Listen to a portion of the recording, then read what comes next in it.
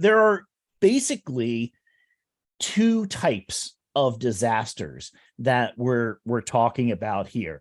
The first is those disasters where there is some level of warning prior to the disaster taking place, and those disasters that happen suddenly. There's essentially little to no warning at all. When you think about the grand scheme of things, most disasters that are going to be taking place, the vast majority are ones that are going to have some level of warning. If it's a weather event, it might be a couple of hours, it might be a couple of days. Some events only have a few minutes of warning. Those tend to start shifting over into the suddenly happening. There are certainly other events that will take place suddenly, and you need to be ready to be able to react to those in some kind of way and react appropriately. When we're talking about the warning system that comes out from what you're going to be monitoring, you're looking to maintain your awareness. What you want to do is you want to identify and track whatever the leading indicators are for this particular type of a disaster that you're having to deal with. I like to think of this as keeping my finger on the pulse of what's going on for the disaster. As an emergency communicator, this is probably one of your most essential roles, is making sure that you know what is going on and the kind of scope of things that are happening so that you're able to respond safely and appropriately as the needs arise. A lot of times we refer to this as situational awareness. It's kind of the most common term that we would use for this particular type of awareness, is situational awareness. And if you go back a couple of weeks, Dan did a great talk about monitoring public safety radio in order to maintain your own situational awareness. It's a great episode to go back and check out if you've missed that. So what actions do you take? Well, the actions are going to really depend on two primary things. And the first thing that the action that you take is going to be perhaps most dependent on is your proximity to the impact zone. Where are you in relation to the area that is currently being affected or is likely to be affected? A lot of times we'll refer to this impact zone as the donut hole, or the area inside of where the event is happening. Usually these are people who are impacted in some sort of way. They're inside of the donut hole. And this is typically where you find all of the victims. They're going to be inside of whatever this particular disaster zone or impact zone happens to be. There are also those of us who are outside of the disaster zone, and these are people who are considered not impacted. Now, this is perhaps one of your also biggest keys to success in being an emergency communicator, and that is to not become a victim yourself. This is one of your primary goals. Don't become a victim if you can help it. And one of the best ways to avoid becoming a victim is to not self-deploy. Don't just grab your stuff and go head into the disaster zone, the hot zone, the red zone, the warm zone, whatever it happens to, whatever you want to call it.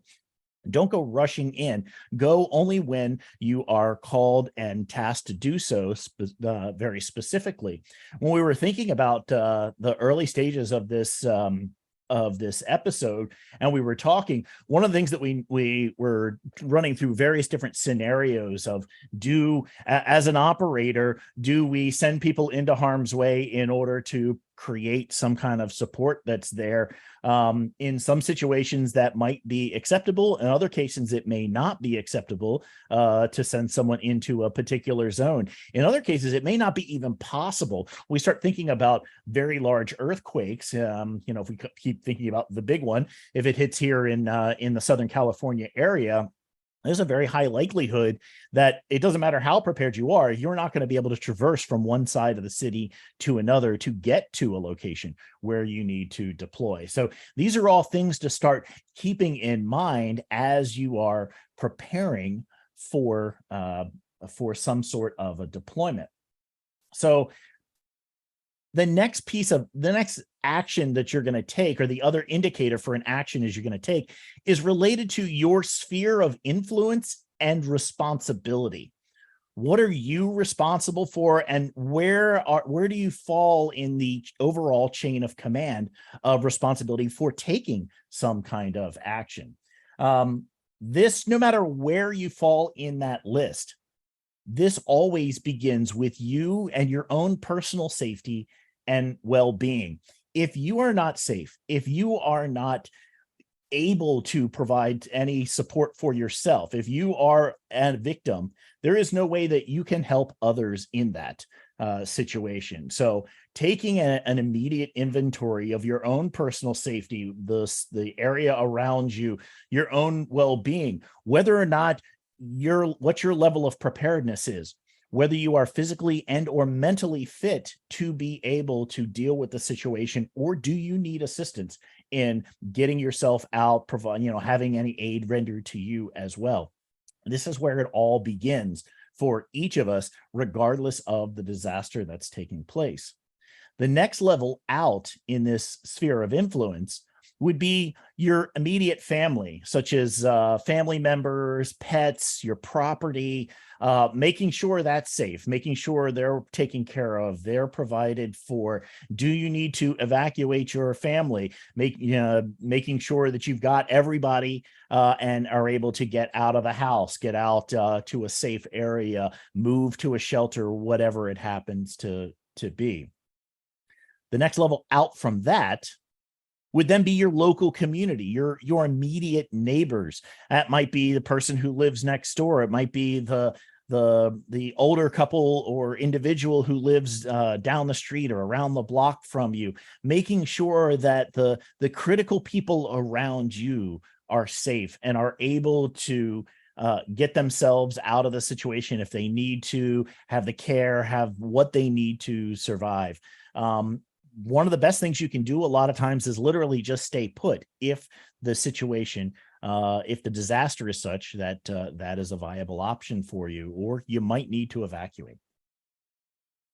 The next level out from that would be your larger community. This is where you start seeing the role start to shift, where you might need to start reaching out to your team. That may be an Aries team, or an ACS, or a RACES team, or an Oxcom team, or whatever that group happens to be.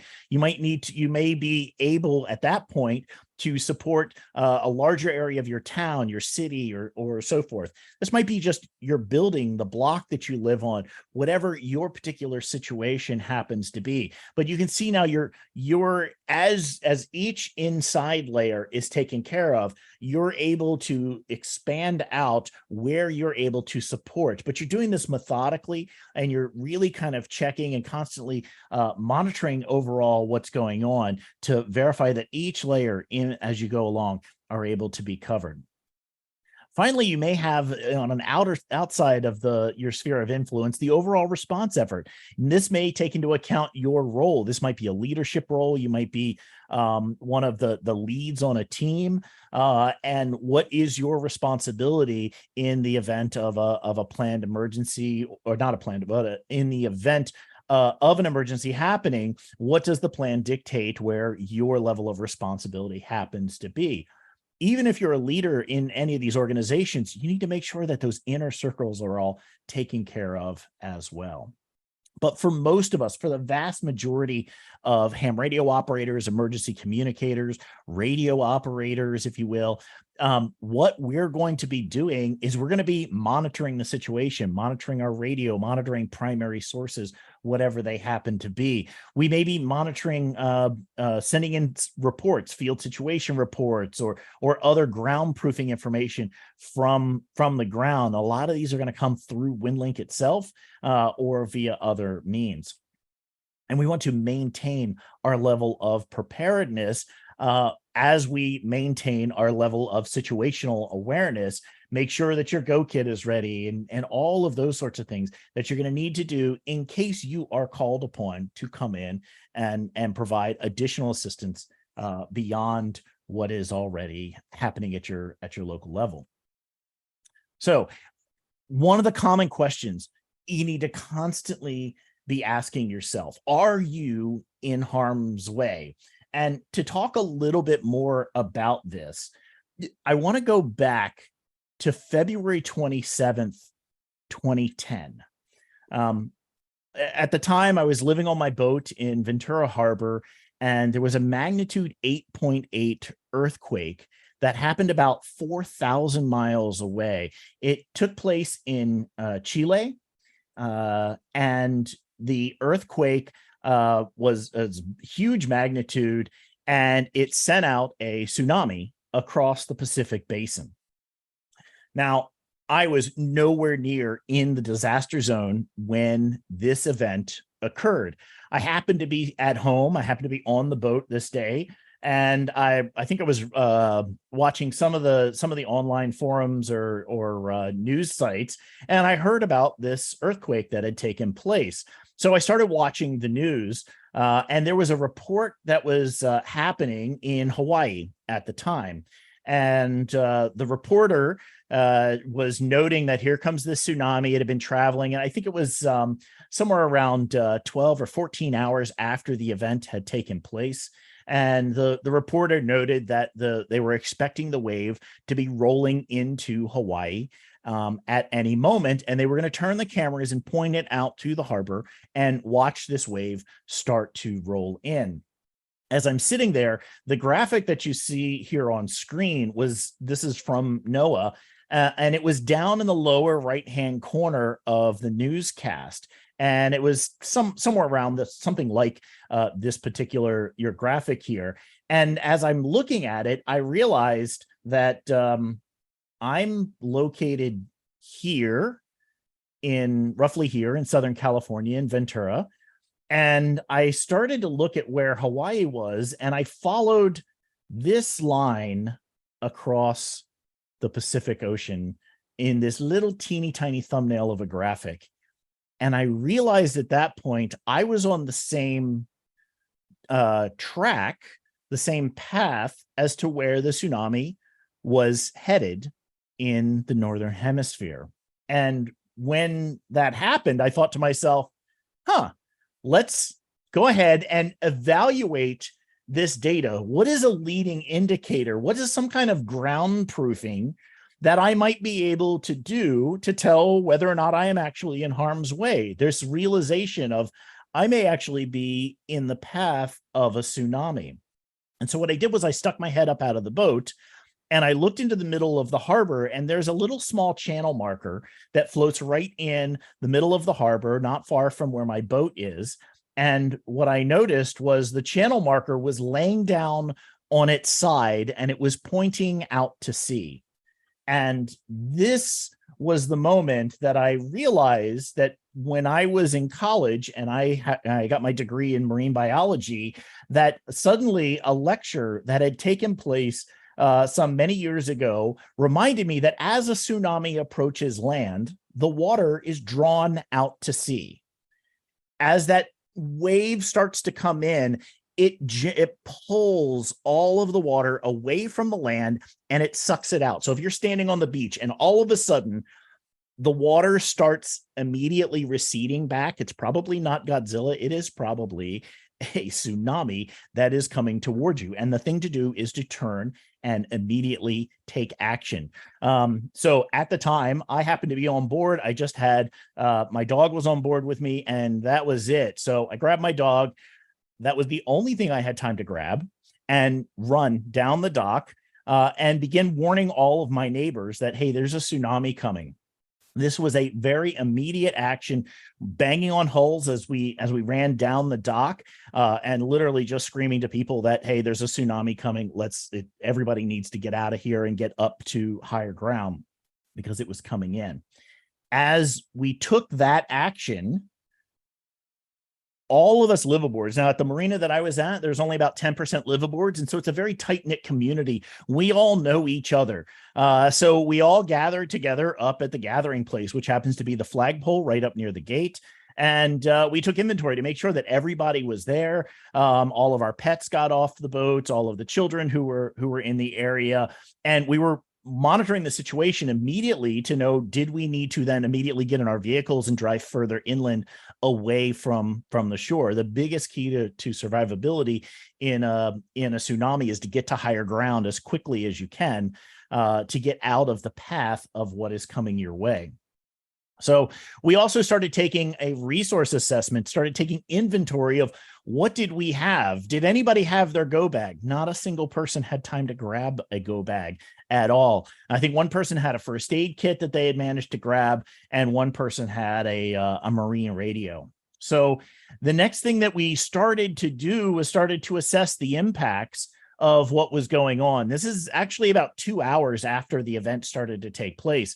What we were seeing there in the harbor was we were seeing a tidal surge as the tsunami would roll into the harbor. It created this big surge where the harbor would rise about 2.5 meters, 7 to 9 feet. Every 20 minutes, the water would flush into the harbor and then rush back out. The boats, our boats tied to the dock. This is actually a picture of my boat tied to the dock, and the knot meter on board was reading over 9 knots. Now, why is that important? It's important because many of our sailboats can only travel under motor power at about 6 to 7 knots, which means our boats were traveling faster tied to the dock than what our boats were capable of being traveling if we were under power, which means any one of our boats, if they were out in the harbor, was going to be a liability. We were going to be floating debris at that point that could be knocking into anyone else. This is a picture of Island Packers, which is a great big large commercial catamaran that had managed to make it back into the harbor. And even though this is a great big boat with huge external engines, they were being pushed around like a rubber ducky, just floating in the harbor because there was so much current. There was so much force by the water moving through all of this area. And so this became a major concern. We started really monitoring the situation.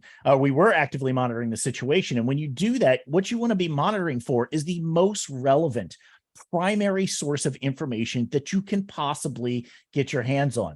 A couple of weeks ago, when Dan was talking about situational awareness, he was focused in on listening to public safety radio using scanners. In this case, we were down at the harbor, and the most relevant information that we could get, notice we're not on channel 19, which is the emergency frequency. We were monitoring channel 17, which is actually the frequency that the Harbor Patrol there in Ventura County would be transmitting on. So we were listening to the most relevant information that we could get at the time. And you should be doing the same thing, whether that be the weather service, whether that be your local repeaters, whether it be the dispatch or command channels that are going on. Make sure that you're monitoring whatever that primary source happens to be. Next would be to report as appropriately as you can your own well-being and your own direct observations. Don't report hearsay. Don't report what somebody down the dock said. You're only reporting what your direct observations are, and you're doing this based on for your own well-being and for direct observation. So first of all, if you have access to your cell phone, if the cell phone towers are even active, one of the things that we oftentimes want to do is let our significant other, our parents, our children, our distant contacts, let them know that we're okay. And instead of calling on the phone, send a text message. Text messages are much smaller. They likely will go through, and they're not going to overload the systems, the telecom systems, as quickly. So this is both a way for you to more ensure that your message gets out, but also not create as much of a challenge for other responders, other folks who are in that disaster zone to be able to deal with that. So that's one of the things. And so this is a great time to then reach out to your out of area contact, let them know, hey, I'm okay, because more than likely they're starting to hear about this sort of thing on the news as well at that point. The next is, if you've got your ham radio, sign into your local repeater, whatever that happens to be, or whatever the frequency that your group has identified as a common gathering place for your particular group. This might be joining onto a local MCOM net that you have. It might be a particular simplex frequency that your group has identified. It might be an HF simplex frequency because of the terrain where your area is at. It might be something like VARA AC, where you're getting on a chat with the local folks in your area and so forth. But you want to start to monitor and start being in connection with the folks that are on your team, provided you're safe at that point. The next thing that you may want to send in reports through would be something like WinLink. And with WinLink, you can start sending in wellness reports. This might be a case where the cell signals are out and you're trying to get a message out, or you're trying to get messages out for other people that are there with you. So in our situation, when we were gathered up at the flagpole, maybe if I had my station set up at that point, we could have, and if the cell towers were down, maybe we send some WinLink messages to real world email addresses to some of the people to let their family and friends know that, hey, they're okay and they're in a safe spot as well. You may want to send field situation reports in. These are oftentimes directed by the leadership within your group, whether or not your group has been activated in some form or another. A lot of times, hams can be most effective when we are not gathered together in a place like an EOC, but we're actually distributed out to various different locations. So we can provide that real world ground proofing information that's out in the field and send that information into another location. This is a great way for being really helpful in the event of a situation. Sending in did you feel it reports. In this case, did you feel it report? This was actually for a tsunami, even though the earthquake had happened. Coming up in a couple of weeks is going to be the Great Shakeout exercise, and we're going to do a live show during that shakeout. And next week we're also going to be doing a show to help you prepare for participating in the shakeout as well. And we'll walk through a DYFI, or did you feel it report. Those reports go directly to the USGS, U.S. Geological Survey. If you're a Skywarn member, perhaps the thing that you're going to be sending in are weather reports and ground proofing weather reports. Again, see how these are all related to your particular role, the area that your area of influence happens to be, and your level of responsibility.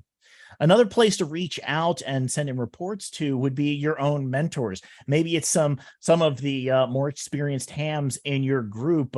Maybe it's an Elmer or somebody who has been working with you to help you become more effective as an emergency communicator. They're great people to reach out to get advice and guidance as to what you should be doing in the event of an emergency. Check your own playbook if your team has a playbook as to what this particular emergency suggests that you should be doing at that point.